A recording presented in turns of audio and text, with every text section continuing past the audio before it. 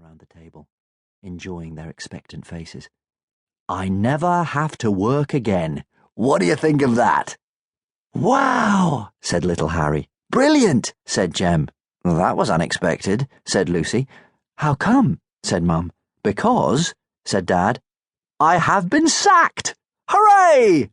"Hooray!" yelled little Harry. "Hooray!" re-yelled Dad. "I'm pleased that you're pleased," said Mum, "but are you sure it's entirely excellent news?" "If you have no job," said Jem, "doesn't that mean we'll be really poor and starve to death?" "No," said Dad. "It means we'll be able to do whatever we want and go wherever we like. The word today," he said, "is opportunity." "I want my dinosaur back," yelled little Harry. Dad explained the details. "Since the day I left school," he said, "I have worked in a factory making tiny, tiny parts for really big machines. But now the company has a new contract, making even tinier parts for even bigger machines. My fingers are just too big for the job. So they said they had to let me go." "Go where?" said Jem. "Go anywhere we like," said Dad. "When you say anywhere," said Jem, "does that include abroad?" No one in the Tooting family had ever been abroad before. "Anywhere," said Dad, "means anywhere in the world." He smiled at Mum. "And dearest, you get first pick." Mum blushed a little and said, "Well, you always promised to take me to Paris." "Paris," he said, "is yours the moment we are packed. Lucy?" "Me?" said Lucy. "I don't want to go anywhere. I want to spend my days in my room now that I've finally got it the way I like it." Lucy had got rid of all the ornaments and dancing certificates from her room, painted the walls and her bookcase black, dyed her duvet and her pillow slip. "You must want to go somewhere." "I suppose I wouldn't mind seeing the pyramids. I could sit in the desert looking at the Sphinx and think about dead pharaohs with their gold and jewels lying there in the desert night. Dead, dead, dead." "I can see we're going to need to plan our route," said Dad. "Go and get that map of the world from your bedroom wall."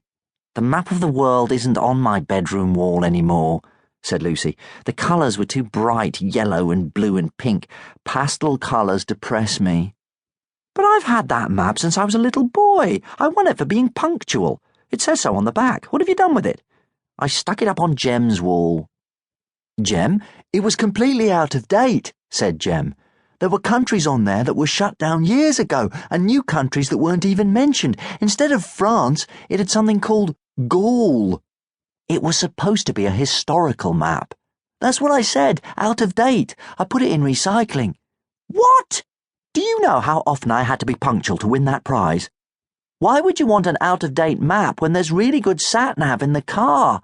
A map like that could be dangerous." "Dangerous? How?" "If you tried to use it, you would get lost. People get lost all the time. Cities get lost even." "What cities get lost?" said Lucy.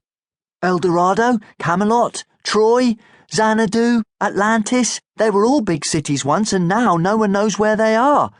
They got lost. I bet it was because of out-of-date maps." "Maps go out of date," said Dad, "because countries change. And people can go out of date because their fingers are too big for the machines. That doesn't mean they should be put in a bin.